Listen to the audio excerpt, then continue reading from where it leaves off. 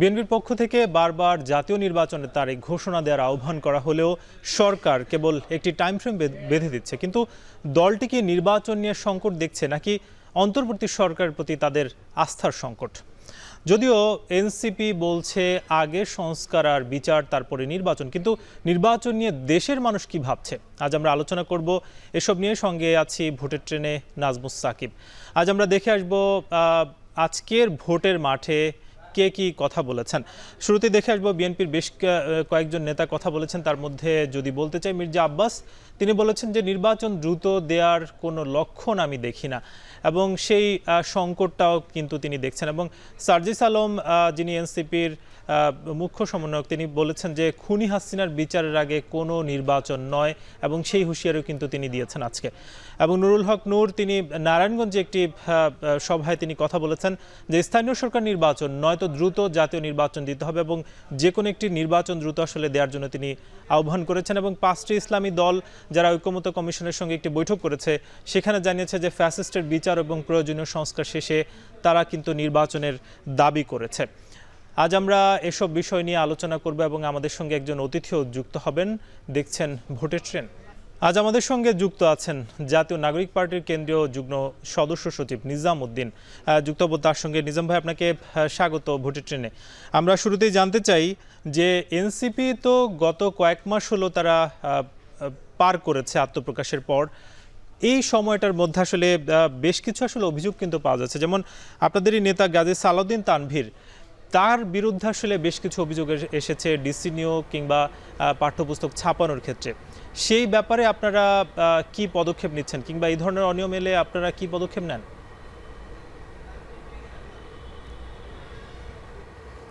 ধন্যবাদ সাকিব আপনাকে আজকের এই আলোচনায় আমাকে সংযুক্ত করার জন্য। দেখুন, আমাদের যেই অভ্যুত্থানটা হয়েছে এবং খুনি হাসিনার বিগত সময়ে তার যেই শোষণ, বৈষম্য, তার যে ফ্যাসিজম, এটার বিরুদ্ধে কিন্তু জনরোষ একটা সৃষ্টি হয়েছে, জনবিক্ষোভের মধ্য দিয়ে একটা গণ অভ্যুত্থান হয়েছে।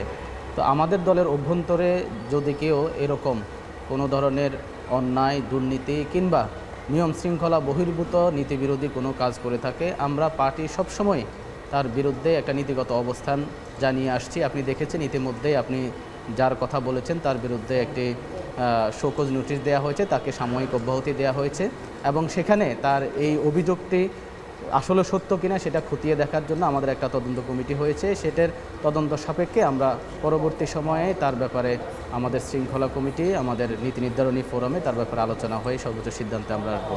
আর একটা বিষয় আপনার জ্ঞাতার্থে বলে রাখা ভালো যে জাতীয় নাগরিক পার্টি একটি অভ্যুত্থানের পক্ষের শক্তি এবং তারা যে কোনো বৈষম্যহীন এবং যে কোনো অন্যায়, অবিচার, দুর্নীতি এবং নীতিবিরোধী গহিত কাজের বিরুদ্ধে তাদের শক্ত অবস্থান পার্টি গঠনের শুরু থেকেও ছিল, এখনও আছে, ভবিষ্যতেও নীতিবিরোধী এমন অসাংগঠনিক কিংবা দুর্নীতির লিপ্ত এমন কোনো কাজের বিরুদ্ধে জাতীয় নাগরিক পার্টি জিরো টলারেন্সে থাকবে ইনশাআল্লাহ। নিজাম ভাই, একটা বিষয় তো আপনারা বলছেন যে নতুন রাজনৈতিক ধারা সেটা আপনারা তৈরি করতে চান এবং যে রাজনৈতিক বন্দোবস্ত সেটাও আপনারা তৈরি করতে চান দেশে, কিন্তু এই যে অভিযোগ সেগুলো আসলে কেন আসছে এবং আপনাদের বলা হচ্ছে যে পুরনো রাজনৈতিক ধারা সেটা আসলে আপনাদের একটা ছায়া দেখা যাচ্ছে, সেগুলো আসলে আপনাদের দলে কেন দেখা যাচ্ছে? দেখুন, আমরা জাতীয় নাগরিক পার্টি গঠনের পর থেকে জাতীয় নাগরিক পার্টি কিন্তু বিভিন্ন মহল থেকে তথ্য সন্ত্রাসের শিকার। এখানে অনেকগুলো অভিযোগ আসছে যেগুলো আসলে ভিত্তিহীন এবং যেগুলোর আসলে আদতে কোনো সত্যতা নেই।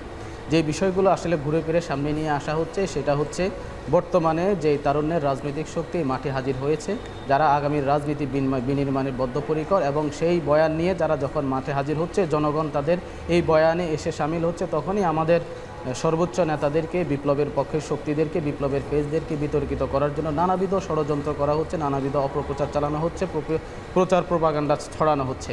যে স্পেসিফিক, আমরা বারবারই বলে আসতেছি, আপনাদের অভিযোগগুলো ঢালাওভাবে না হয়ে স্পেসিফিক অভিযোগ দেওয়া হলে আমরা সেটাকে অবশ্যই খতিয়ে দেখব, তদন্ত সাপেক্ষে তাদের ব্যাপারে অবশ্যই সিদ্ধান্ত গ্রহণ করা হবে। কিন্তু নিজাম ভাই, একটা বিষয় তো স্পষ্ট, যেমন সার্জিস আলম তিনি একটা গাড়ির বিশাল যে বহর সেটা কিন্তু তিনি এই বাংলাদেশে দেখিয়েছেন, সেটা তো আসলে পুরনো ধারা। এই আপনাদের নতুন যে ধারা বলছেন সেখানে কেন দেখা যাচ্ছে এটা? এটার বিষয়ে সাজিদ আলম তার একটা ব্যাখ্যা দিয়েছেন এবং আমাদের দলীয় ফোরামে যেহেতু এটা একটা সংগঠন, সেখানে সাংগঠনিক ডিসিশন অনুযায়ী কালেকটিভলি মুভ করা উচিত। সেখানে সাজিদ আলম এককভাবে যে বিশাল গাড়ি বহরের শোডাউন দেখিয়েছেন সেটা তিনি ব্যক্তিগতভাবে দুঃখ প্রকাশ করেছেন এবং তিনি তার একটা ব্যাখ্যাও দিয়েছেন। এই গাড়ি বহর নিয়ে যে সাংগঠনিক শোডাউন তিনি দিয়েছেন তার পিছনে তার অর্থের উৎস কী ছিল, সোর্স কী ছিল, তিনি তার একটা ব্যাখ্যা দিয়েছেন। তার পৈতৃক তার আর পারিবারিকভাবে তিনি এই অর্থ সংগ্রহ করেছেন এবং সেটা দিয়ে তিনি শোডাউন করেছেন, তিনি এরকম একটা ব্যাখ্যা দিয়েছেন। আমাদের দলীয় ফোরামেও তিনি একক সিদ্ধান্তে দলীয় নির্দেশনার বাইরে গিয়ে যে শোডাউনটি করেছেন সেই বিষয়ে তিনি দুঃখ প্রকাশ করেছেন। যে বিভিন্ন সংবাদ মাধ্যমে আসলে অভিযোগগুলো আসছে যে বিলাসী জীবনযাপন করছে এনসিপির নেতারা, কি বলবেন? দেখুন, বিলাসী জীবন বলতে ওনারা কি বোঝাতে চাচ্ছেন সেই বিষয়টা আসলে স্পষ্ট না। অলরেডি যে অভিযোগগুলো এসেছে, হাসনাত আবদুল্লাহ তার ফেসবুক পোস্টে তিনি ক্লিয়ার করেছেন যে বিলাসী জীবন তিনি কিভাবে কাটাচ্ছেন তার একটু খোঁজ নিয়ে দেখে আসার জন্য তিনি আহ্বান করেছেন। তিনি এখনও মেসে থাকেন, তিনি এখনও পার্সোনাল গাড়ি ব্যবহার করেন না, এখনও তার আয় ব্যয়ের স্বচ্ছ হিসাব তিনি দিতে প্রস্তুত এবং তার এই সব কিছু বিষয় কিন্তু তিনি ফেসবুকে এক প্রকার চ্যালেঞ্জ ছুড়ে দিয়েছেন। দেখুন, তরুণরা যখন বাংলাদেশের রাজনৈতিক ইতিহাসে এই যে ক্যারেক্টার অ্যাসাসিনেশনের যে বিষয়টা, এটা কিন্তু কমন। যখনই নির্বাচন সামনে আছে, যারা কখন রাজনৈতিক ময়দানে সক্রিয় উঠতে চায়, নতুন তারুণ্য যখন রাজনৈতিক শক্তি হিসাবে মাঠে সক্রিয় উঠতে চায়, তখনই এক শ্রেণীর স্বার্থান্বেষী মহল তাদের ইল ইন্টেনশনকে চরিতার্থ করার জন্য, তরুণ নেতৃত্বকে প্রশ্নবিদ্ধ করার জন্য এইসব ক্যারেক্টার অ্যাসাসিনেশনের তারা আশ্রয় নেয়। আমরা দেখে আসছি অভ্যুত্থান পরবর্তী সময়ে আমাদের অভ্যুত্থানের যে শক্তিগুলো আছে, ফেজগুলো আছে, তাদেরকে বিভিন্নভাবে বিভিন্ন প্রক্রিয়ায় প্রশ্নবিদ্ধ করার জন্য, বিতর্কিত করার জন্য বিভিন্ন মহল থেকে অপপ্রচেষ্টা চালানো হয়েছে, অর্থ খরচ করা হয়েছে, তাদেরকে অতর্কিতভাবে হামলাও করা হয়েছে তাদের জীবন নাশের জন্য। আমরা এইসব নতুন কিছু নয়। যদি স্পেসিফিক কারো নামে কোনো ধরনের আর্থিক কেলেঙ্কারি কিংবা দুর্নীতি কিংবা অবৈধভাবে ক্ষমতার অপব্যবহারের কোনো ধরনের ঘটনা এটে থাকে, আমরা বদ্ধপরিকর এনসিপির ঊর্ধ্বতন কর্তৃপক্ষ আমরা সেই বিষয়ে খতিয়ে তদন্ত সাপেক্ষে তাদের ব্যাপারে। যেমন আপনি বলছিলেন যে বিএনপির সঙ্গে আসলে সাম্প্রতিককালে আপনাদের কি সরাসরি দূরত্বটা তৈরি হচ্ছে রাজনৈতিকভাবে? আসলে এখানে দূরত্বের প্রশ্ন নয়। দেখুন, আমরা তারুণ্যের রাজনৈতিক শক্তি আসলে বাংলাদেশের অভ্যুত্থান পরবর্তী যে কাঙ্ক্ষিত বাংলাদেশ বিনির্মাণের জন্য আমরা যে বিষয়গুলো চেয়েছি এবং সেটা জনগণের আকাঙ্ক্ষার রিফ্লেকশন হয়েছে আমাদের কথার মধ্য দিয়ে, যে গণহত্যার বিচার এবং সংস্কার। কিন্তু দেখুন, আমাদের গণহত্যার বিচারের প্রশ্নে, সংস্কারের প্রশ্নে কিন্তু প্রতিবারই একটা শ্রেণী, একটা অংশ একটা বাধা হয়ে দাঁড়াচ্ছে, তারা একমত হতে পারছে না।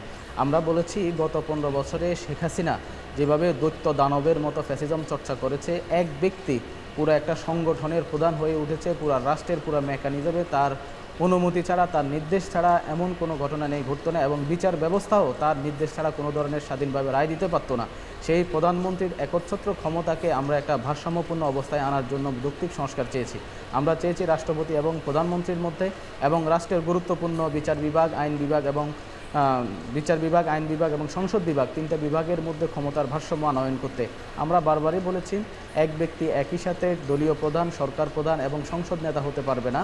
একই ব্যক্তি বারবার 2 মেয়াদের বেশি প্রধানমন্ত্রী হতে পারবে না। এই যে আমরা সংস্কারগুলো বলে আসছি, প্রত্যেকটা ক্ষেত্রে কিন্তু বিএনপি আজকেও তারা এই মতের সাথে একমত নয়, এরকম একটা মতামত তারা ঐক্যমত্য কমিশনে বলে আসছে। এবং আমরা দেখুন, আগের রাষ্ট্রপতিকে একটা সিম্বলিক জায়গায় রেখে রাষ্ট্রপতিকে দিয়ে প্রধানমন্ত্রী তার পাওয়ার এক্সারসাইজ করতেন এবং সাংবিধানিক প্রতিষ্ঠানে এমনকি 3 বাহিনীর প্রধানকেও তিনি নিয়োগ দিয়ে থাকতেন। আমরা এখানে বলেছি প্রধানমন্ত্রীর পরামর্শ ছাড়াই এনসিসি, ন্যাশনাল কনস্টিটিউশনাল কাউন্সিল, তারা নিজেরা সাংবিধানিক প্রতিষ্ঠানগুলো এবং 3 বাহিনীর প্রধান কারা হবে সেটার একটা সুপারিশ রাষ্ট্রপতির কাছে পাঠাবেন, রাষ্ট্রপতি সেখানে নিয়োগ দিবেন। তাহলে প্রত্যেকটা বিষয়ে কিন্তু একটা বিএনপি, বাংলাদেশের বৃহৎ রাজনৈতিক দল, জাতীয়তাবাদী দল বিএনপি, তারা কিন্তু অর্থাৎ আপনি মানে কি বলতে চাচ্ছেন আসলে যে আওয়ামী লীগ যে আসলে ফ্যাসিজম প্রতিষ্ঠা করেছিল সেই দিকে কি আসলে বিএনপি আগাচ্ছে, কি বলবেন?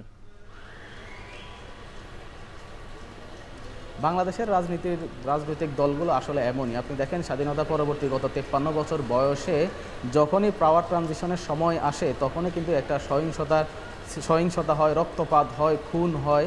আপনি দেখুন এটা হয় কি কারণে? রাজনৈতিক দলগুলো একে অপরের প্রতি আস্থা এবং বিশ্বাস না থাকার কারণে, একে অপরের প্রতি ভরসা রাখতে না পারার কারণে।